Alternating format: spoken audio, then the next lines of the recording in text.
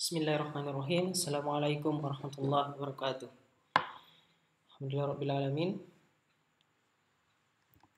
Pada kesempatan kali ini adalah kali pertama kita berjumpa pada mata kuliah wawasan keilmuan, teknologi dan lingkungan. Meskipun kita belum bisa bertatap muka secara langsung, saya harapkan dengan perkuliahan online seperti ini kalian tetap dapat belajar dengan semangat dan dapat mengambil pelajaran yang bermanfaat dari kegiatan perkuliahan yang kita lakukan. Insya Allah ke depannya sampai minggu ke-16, minggu 16 itu sudah UTS, saya akan mengajar kalian dan saya harapkan info-info seputar perkuliahan online yang akan kita lakukan terus dipantau di grup WhatsApp. Insya Allah kita akan melakukan perkuliahan 100% menggunakan e-learning Unsulbar. Jadi saya harapkan kepada teman-teman agar setiap kegiatan perkuliahan di e-learning Unsulbar dilakukan dengan baik dan benar. Jika belum terlalu mengerti tentang bagaimana menggunakan e-learning Unsulbar, silahkan ditonton videonya. Karena tim e-learning Unsulbar sudah mengupload video bagaimana cara menggunakan e-learning Unsulbar. Untuk masalah teknis, silahkan langsung menghubungi tim e-learning Unsulbar. Jika ada pertanyaan ke saya terkait teknisnya bagaimana cara menggunakan e-learning, saya akan jawab semampu saya. Jika tidak bisa, ya silahkan langsung menghubungi operator e-learning Unsulbar. Dan saya harapkan pertanyaan-pertanyaan yang masuk di grup WhatsApp tidak berkaitan lagi dengan teknis e-learning, tapi lebih terkait ke materi perkuliahan kita. Nah, sebelumnya saya akan perkenalkan diri dulu. Nama saya adalah Setiawan Putrasya. Saya dosen dari Fakultas Peternakan dan Perikanan, Universitas Sulawesi Barat, program studi peternakan. Sekarang saya menjabat sebagai ketua jurusan, merangkap sebagai koordinator program studi peternakan. Nah, untuk menghubungi saya, ini Facebook saya, kemudian Instagram, dan ini nomor kontak WA saya. Dan saya rasa semuanya sudah tahu karena sudah ada di dalam grup WhatsApp kita. Oke, kita lanjut saja. Insya Allah hari ini kita akan membahas tentang konsep, prinsip, dan perkembangan teknologi bagian pertama. Minggu depan kita akan membahas bagian keduanya. Nah, sebelum memulai perkuliahan, seperti biasa dan kewajiban bagi dosen pengajar itu menyampaikan apa sih capaian pembelajaran mata kuliah yang akan kita capai dalam setiap perkuliahan. Nah, untuk perkuliahan atau pertemuan kali ini, yang pertama, capaian pembelajaran mata kuliahnya. Setelah mengikuti perkuliahan ini, kalian diharapkan mampu menjelaskan definisi teknologi. Seperti apa teknologi, apa itu sains, dan apa itu engineering. Kemudian siklus hidup teknologi seperti apa. Kemudian yang kedua, setelah mengikuti perkuliahan ini, kalian mampu menjelaskan perubahan masyarakat dan perkembangan teknologi. Nah, kedua capaian pembelajaran mata kuliah ini yang akan kita capai setelah mengikuti perkuliahan ini. Oke, yang pertama kita akan melihat dulu apa sih yang dimaksud dengan teknologi. Untuk pertemuan kali ini kita akan banyak membahas masalah seperti apa sih teknologi itu, definisinya teknologi seperti apa. Nah, ini saya sudah merangkum berbagai macam definisi dari teknologi. Definisi dari pertama adalah kita lihat dari definisi dari segi bahasa. Nah, teknologi itu sendiri berasal dari bahasa Yunani atau dalam bahasa Inggrisnya Greek, dari kata teknologia, dari kata tekne dan logos. Tekne berarti art atau skill, kemudian logos berarti sains atau study atau penelitian, sama saja logos. Tekno, art atau skill, logos, sains atau studi. Nah, ini dari segi bahasanya. Kemudian menurut Jodet dan Perrin 1971, teknologi merupakan sekumpulan pengetahuan ilmiah, mesin, perkakas, serta kemampuan organisasi produksi yang dikelola secara sistematik dan efektif. Nah, jadi menurut Judet dan Perrin ini, teknologi itu merupakan segala komponen atau sekumpulan pengetahuan ilmiah, mesin, perkakas, serta kemampuan organisasi produksi yang dikelola secara sistematis dan efektif. Nah, itu adalah teknologi. Kemudian lebih lanjut, menurut Bayraktar 92, teknologi merupakan the totality of goods, tools, process, methods, technique, procedure, and service that are invented and put into same practical use. Nah, jadi sama saja sebenarnya, adalah sekumpulan dari peralatan, semua barang-barang, kemudian peralatan, proses, metode, teknik, prosedur dan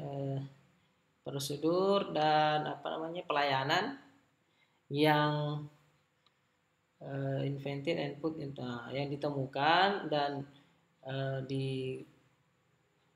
put into the some practical, yang ditemukan dan dimasukkan ke dalam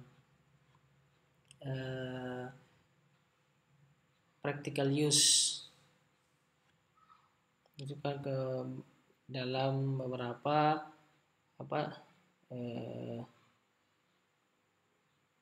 sistematika atau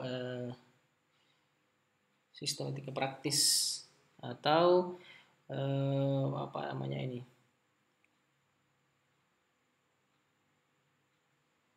penggunaan praktis. Nah, jadi teknologi nanti bisa tercipta dari sekumpulan ini goods, tools, process, methods, teknik, dan prosedur and service. Nah, kalau tidak ada ini maka bukan dikatakan sebagai teknologi. Jika cuman toolsnya saja dan prosesnya maka bukan merupakan teknologi. Harus merupakan sekumpulan dari ini, komponen-komponen ini. Kemudian menurut Gaynor, teknologi includes whatever it takes. Nah, ini teknologi termasuk di dalamnya apapun yang dibutuhkan to convert resource, untuk merubah sumber daya menjadi produk dan jasa. Jadi apapun yang dibutuhkan, apapun itu. Nah, ini lebih sederhana lagi, apapun itu. Kalau menurut Bayraktar, whatever it takes itu apapun yang dibutuhkan. Ini adalah maksudnya adalah ini goods, tools, process, methods, teknik, prosedur, and service. Nah, itu semua yang dibutuhkan, yang digabungkan to convert resource sumber daya ke dalam produk dan service, ke dalam produk dan jasa. Nah, itulah teknologi. Nah, kemudian terakhir menurut Khalil 2000, teknologi adalah all knowledge, semua pengetahuan. Nah, ini ada tambahannya, semua pengetahuan. Kalau di sini kan tidak ada ya. Nah, semua pengetahuan, produk, prosesnya, alatnya, metodenya, dan sistem employee-nya di dalam menciptakan barang-barang atau menawarkan jasa. Jadi semua apapun yang dibutuhkan, termasuk di sini semua pengetahuan. Nah, jadi semua pengetahuan ini, semua hal-hal ini yang kemudian dikumpulkan menjadi satu sehingga menciptakan suatu barang atau benda-benda maupun produk jasa. Nah, itulah teknologi. Nah, kemudian definisi kedua menurut teknologi merupakan suatu input produksi yang penting dan dapat diperjualbelikan di pasar dunia sebagai suatu komoditi. Jadi teknologi itu nanti dikatakan teknologi jika dia sudah berbentuk, sudah ada output. Nah, jadi jika teknologi itu tercipta ketika adanya suatu input, kemudian adanya output. Nah, outputnya ini dikatakan teknologi. Jadi sebenarnya teknologi itu apa yang kita gunakan, nah itulah teknologi. Nah, misalnya ballpoint. Nah, ballpoint itu adalah sebuah teknologi dalam ATK, alat tulis kantor atau alat tulis menulis. Nah, yang dulunya hanya menggunakan teknologi sederhana berupa pena tinta yang dicelup-celupkan seperti itu, dan itu pun soalnya teknologi tapi masih sederhana. Nah, sekarang digunakan adalah ballpoint. Ballpoint adalah pena yang ujungnya seperti bola, sehingga jika digoreskan akan menghasilkan mengeluarkan tinta berwarna, sehingga terbentuklah tulisan. Ini teknologi. Jadi itu ada input produksi yang penting dan dapat diperjualbelikan di pasar dunia. Jadi semua yang bisa diperjualbelikan itulah teknologi. Nah, contohnya barang modal, investasi, tenaga kerja manusia, tenaga terampil spesialisasi sangat tinggi, kemudian informasi. Nah, ini sifatnya teknis atau komersial, baik urusan pasar, hak cipta, yang dijual. Kemudian yang ketiga, suatu pengaturan yang bersihkan atas 3 elemen atau komponen teknologi paket. Nah, ini menurut Sandret ada elemen material. Nah, ini materialnya yaitu mesin, peralatan, bahan baku, bahan setengah jadi, dan lain-lain.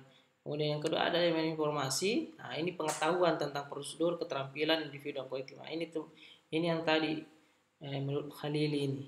All knowledge, semua pengetahuan. Nah, jadi ada pengetahuan tentang prosedurnya, ada keterampilan individu dan kolektif. Kemudian ada elemen organisasi, ada organisasinya, organisasi dalam memproduksi, kemudian organisasi yang mengatur dalam proses produksi, kemudian seperti apa situasi kerjanya dan koordinasinya seperti apa. Jadi menurut Sandretti ya, teknologi merupakan ya 3 paket elemen ini, baik itu elemen material, elemen informasi, dan organisasi. Jika ketiganya tidak ada dalam satu tempat, maka tidak akan terbentuk yang namanya teknologi. Nah, inilah yang dikatakan teknologi ini satu paket menurut Sandretti. Kemudian yang keempat, teknologi bisa didefinisikan sebagai segala pengetahuan, produk, proses, alat, metode, dan sistem yang dipakai dalam menciptakan barang atau menyediakan jasa. Ini sebenarnya sama dengan yang tadi. Ini cuma bahasa Indonesianya. Tarik yang Khalili. Ini tadi yang Khalili 2000. Ini cuma bahasa Indonesianya. Menurut dia ini teknologi itu adalah sekumpulan segala pengetahuan. Kemudian ada produk, ada proses, alat, metode, dan sistem yang dipakai dalam menciptakan barang atau menyediakan jasa. Itu adalah teknologi. Jadi teknologi adalah implementasi praktis dari pengetahuan untuk membantu usaha keras manusia. Nah, jadi teknologi diciptakan, ini sebenarnya tujuan teknologi ya, diciptakan untuk memudahkan segala kehidupan manusia. Nah, teknologi ini terdiri dari 4 komponen, ada hardware, ada software, ada brainware, ada know-how. Nah, ini know-how ini tahu seperti apa menggunakannya. Hardware-nya perangkat keras, software-nya perangkat lunak, brainware-nya ini adalah otaknya.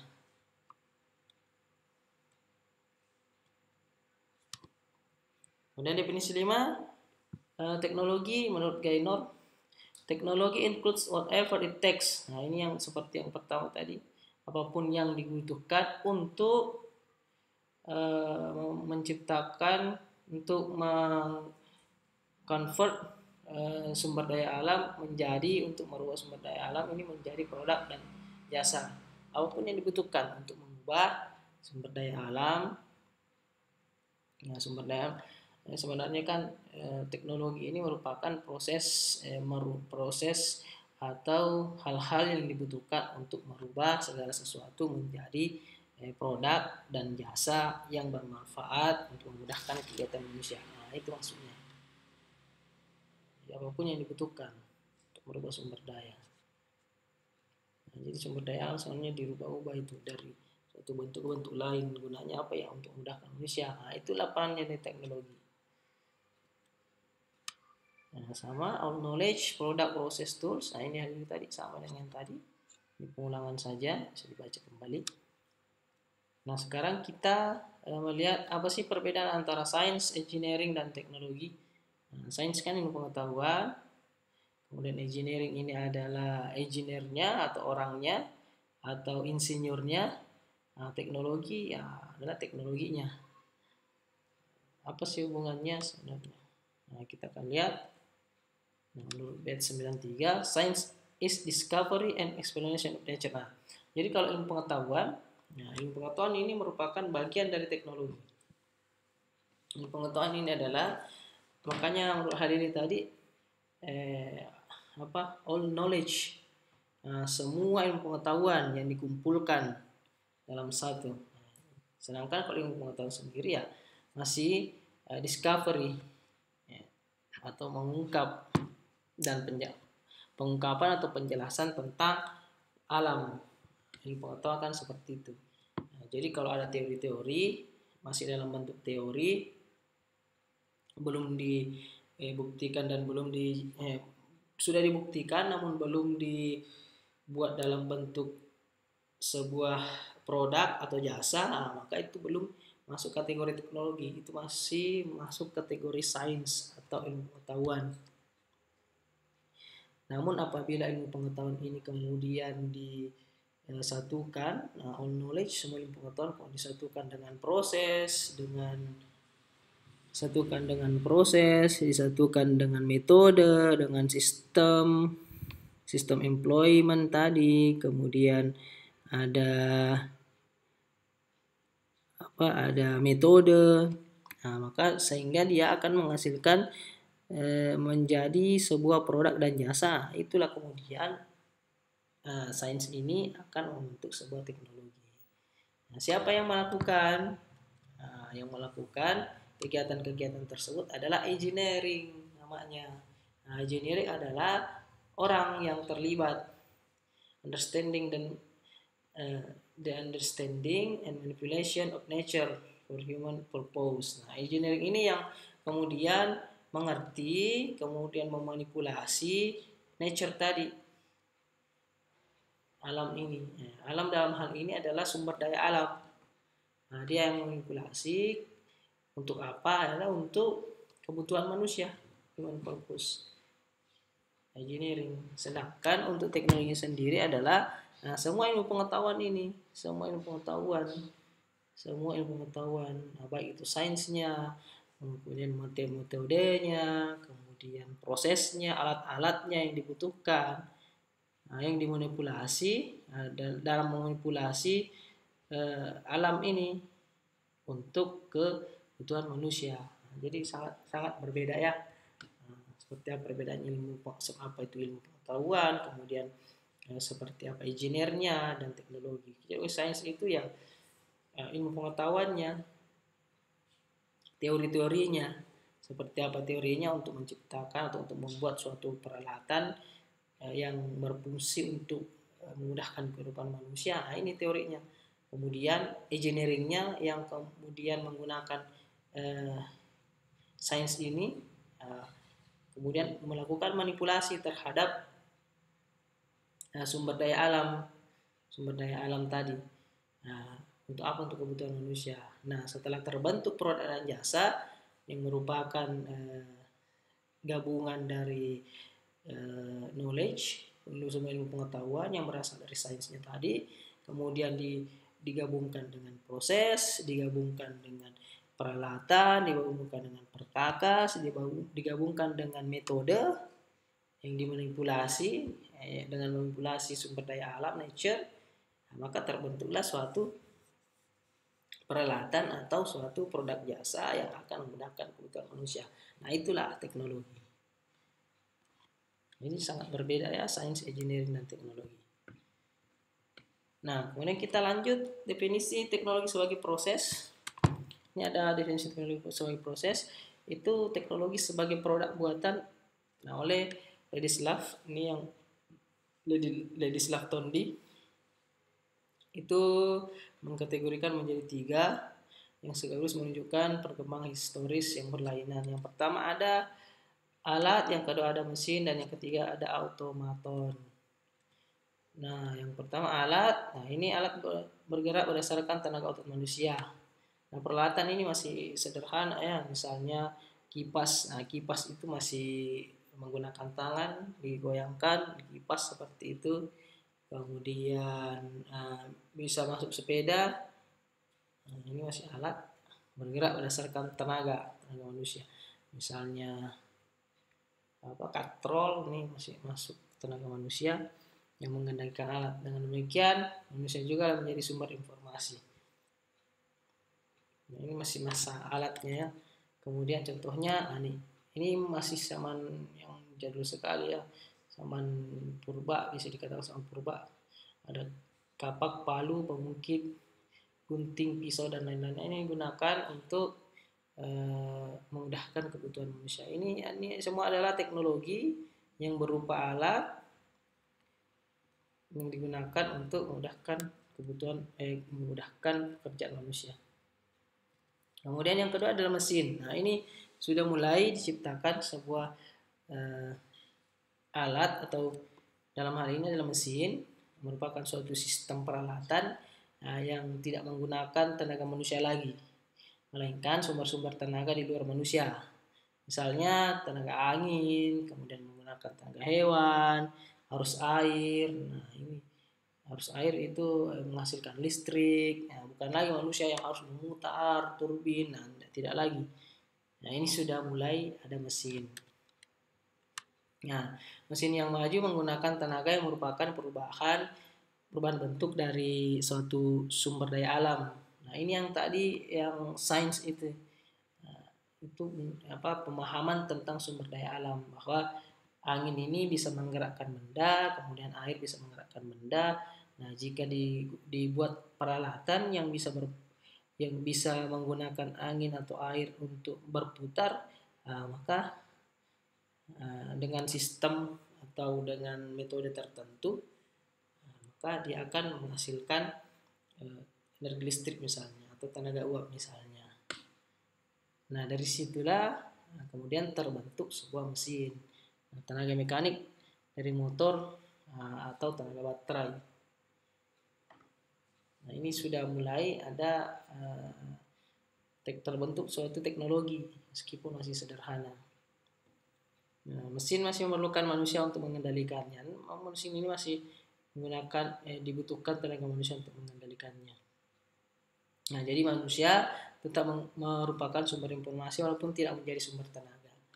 Nah, kalau yang pertama tadi itu 100% adalah tenaga dan informasi dari manusia.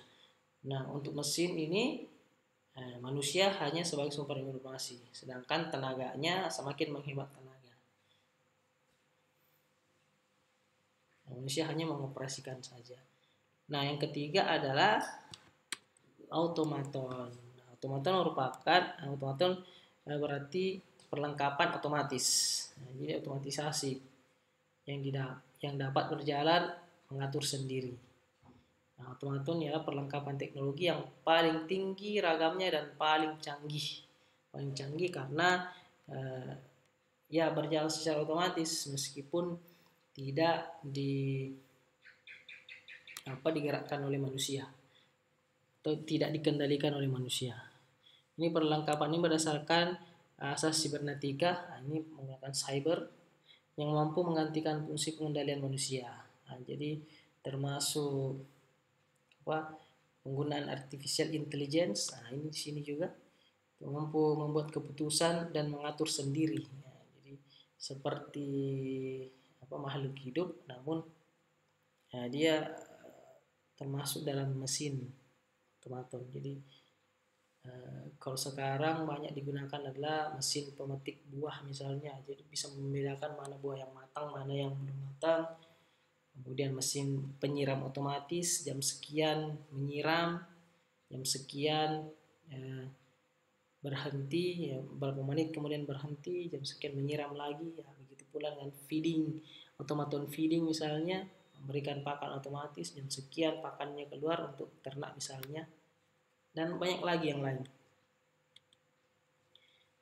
Nah, ini contohnya ada juga lemari es yang menggunakan fusi logic. Ya, jika lemari es ini sering dibuka, menyebabkan udara dinginnya kurang dari acuan tertentu, maka secara otomatis mesin pendingin akan bekerja untuk mencapai batas acuan kedinginannya. Jadi di kulkas itu ada fusi logicnya.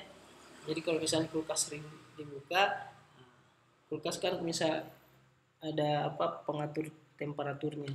Jika suhunya sudah mencapai suhu yang otomatis ini, maka dia akan berhenti beroperasi. Namun jika suhunya meningkat lagi, maka dia akan mulai lagi beroperasi. Jadi ada sensornya, sensor dingin situ. Nah, dan itu akan secara otomatis bekerja. Begitu pula dengan misalnya lampu sensor gerakan misalnya. Jadi dia akan mati jika tidak ada gerakan. Nah, ini otomatisasi juga. Namun jika ada orang yang lewat, ada gerakan terdeteksi, maka lampunya akan menyala. Nah, dan ini akan menghemat biaya, menghemat energi. Nah, otomaton bekerja dengan proses otomatis yang menyediakan manusia sebagai sumber informasi untuk mengendalikannya. Ini otomaton. Dan ini adalah tahap ketiga yang mungkin saat ini sudah banyak dikembangkan. Nah, kita lanjut ke perubahan masyarakat dan perkembangan teknologi. Nah, dalam sejarah manusia, teknologi telah memberikan pengaruh besar dalam perkembangan peradaban manusia. Nah, ini diperlukan sekitar 2 juta tahun untuk mengubah kebiasaan nomaden. Ini nomaden itu hidup berpindah-pindah, tidak menetap, kemudian menjadi maden, menjadi menetap, dan menjadi masyarakat pertanian di Afrika Tengah. Nah, dengan teknologi lebih maju, kita hanya perlu 200 tahun sejak mesin uap ditemukan untuk menuju revolusi industri. Nah, dari sejak mesin uap ditemukan pertama kali, itu membutuhkan waktu hanya 200 tahun sampai kemudian tercetuslah revolusi industri. Nah, mulai dari revolusi industri ini, terbentuklah energi yang semula dibangkitkan dari air, mesin listrik, kemudian menjadi nuklir. Ini semua telah mengubah gaya hidup manusia. Nah, pemerintahan, perusahaan besar dan kecil sangat bergantung pada teknologi untuk mencapai suksesnya. Siapa sih yang saat ini tidak tergantung dengan teknologi? Sampai saat ini kita hanya berkuliah, seandainya tidak ada teknologi, maka kita akan sangat kesulitan untuk melakukan proses perkuliahan. Namun karena adanya teknologi, ya, sekarang sudah masuk 4.0, nah, kita lagi menjalankannya atau menggunakannya, dan kita setelah mengalaminya seperti ini, maka ya sudah semantasnya kita berterima kasih dengan adanya perkembangan teknologi yang sangat pesat. Nah, suatu bangsa, pemerintahan dan rakyatnya harus benar-benar menyadari pentingnya teknologi sebagai alat bantu mencapai kemakmuran bangsa. Ini bisa dibayangkan, jika tidak ada teknologi, ya maka ya kita akan sangat sulit untuk menjalani kehidupan. Nah, bayangkan mati listrik saja 1 jam, 2 jam, 3 jam, ini ya kita sudah panik luar biasa, ya. Tidak tahu mau melakukan apa-apa. Ini sangat sulit jika teknologi tidak ada. Makanya perlu dikembangkan teknologi. Ya, makanya perubahan masyarakat ini kemudian akan sangat berubah seiring dengan perkembangan teknologinya. Makanya sosiologi masyarakat pedesaan ini dengan perkotaan ini sangat berbeda. Ketergantungan terhadap teknologi yang di pedesaan ini masih lebih kecil dibandingkan dengan masyarakat yang tinggal di kota. Begitu pula dengan kondisi masyarakat atau kondisi negara yang lebih maju dibandingkan negara-negara yang baru berkembang.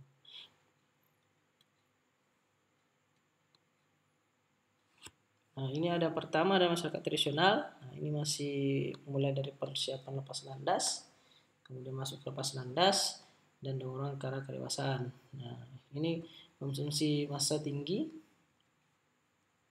kemudian masuk ke berkembang, ini lepas landas industri, kemudian post industri.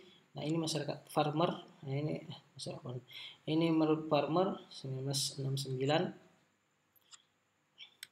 Kemudian yang ketiga ada masyarakat pertanian. Nah, ini sudah mulai ada bercocok tanam di sini. Ini masyarakat industri, masyarakat informasi menurut Toffler. Nah, ini ada 3 perkembangannya, ada menurut Rosto, ada menurut Farmer, dan ada menurut Toffler. Ada masyarakat tradisional, kemudian ada masyarakat organik, ada masyarakat pertanian. Nah, mungkin itu yang bisa saya sampaikan untuk perkuliahan kali ini. Insya Allah kita akan bertemu lagi minggu depan, dan saya harapkan saya dihubungi jangan H-1, karena untuk proses perkuliahan ya saya harus mempersiapkan juga, tidak langsung masuk saja seperti itu. Nah, makanya saya harapkan teman-teman, terutama Keti, hubungi saya minimal H-3 atau paling tidak H-2, jangan H-1, karena saya juga harus mempersiapkan kegiatan perkuliahan. Oke, mungkin cukup sekian untuk kuliah minggu ini. Jika ada pertanyaan, silahkan bertanya di grup WA yang sudah kita buat.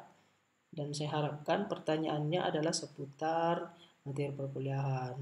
Jika ada pertanyaan mengenai teknis dari e-learning, apakah cara penggunaannya, kemudian bagaimana cara mengerjakan tugas, bagaimana cara